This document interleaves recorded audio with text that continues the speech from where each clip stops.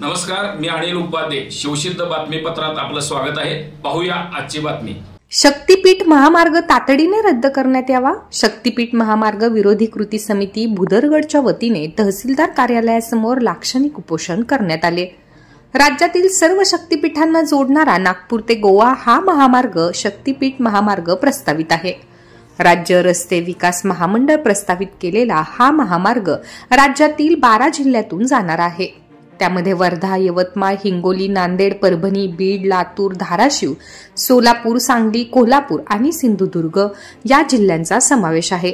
यामध्ये माहूर, औंध, नागनाथ, अंबेजोगाई, परळी, झुळजापूर, पंढरपूर, नृसिंहवाडी, कोल्हापूरची अंबाबाई, कनेरी मठ, आदमापूर येथील संत बाळूमामा मंदिर व यात्रादेवी या प्रमुख धार्मिक स्थळांना जोडला जाणार आहे. या महामार्गाचा सविस्तर प्रकल्प आराखडा तयार करण्याचे काम सध्या सुरू आहे. हा महामार्ग समृद्धी महामार्गापेक्षा 100 किलोमीटरने मोठा असणार आहे, तर शक्तीपीठ महामार्ग राज्यातील सर्वात लांब महामार्ग असणार आहे. हा महामार्ग शेतजमिनीतून काढल्यामुळे शेतकरी भूमिहीन होणार आहे. हा मुख्य व्यवसाय असणाऱ्या शेतकऱ्यांवर हा महामार्ग झाल्यामुळे उपासमारीची वेळ येणार आहे. पिढीजात टिकून ठेवलेली शेतजमीन एका क्षणात नाहीशी होणार आहे. कोल्हापूर जिल्ह्यात अनेक धरणे बांधण्यात आली, पाण्यासाठी कालवे काढण्यात आले आहेत. धरणात ज्यांच्या जमिनी गेल्या त्या शेतकऱ्यांना सुद्धा जमिनी देण्यात आल्या आहेत.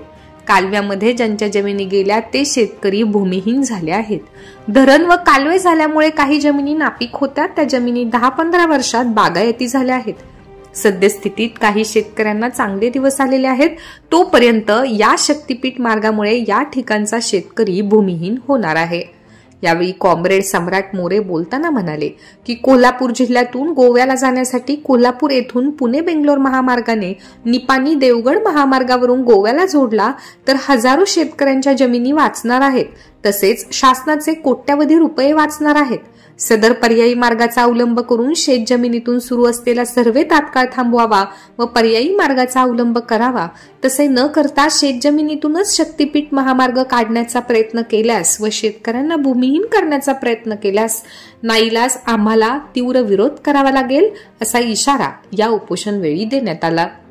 यावेळी प्रमुख उपस्थिती माजी आमदार के.पी. पाटील, माननीय श्री जालिंदर पाटील, कॉम्रेड गिरीश फोंडे, कॉम्रेड शिवाजी मगदूम, अजित पवार, मधुकरप्पा देसाई, नाथाजी पाटील, के भारतीय, कॉम्रेड सम्राट मोरे, आनंदा देसाई, धनाजी चव्हाण, कॉम्रेड अनिल चव्हाण, शरद देसाई, राजेंद्र देसाई, मच्छिंद्र मुगडे, अशोक देसाई, सर्जेराव देसाई, प्रवीण सिंह सावंत, आनंदा पाटील, एकोंडी यांच्यासह भुदरगड तालुक्यातील शेतकरी बांधव मोठ्या संख्येने सहभागी झाले होते.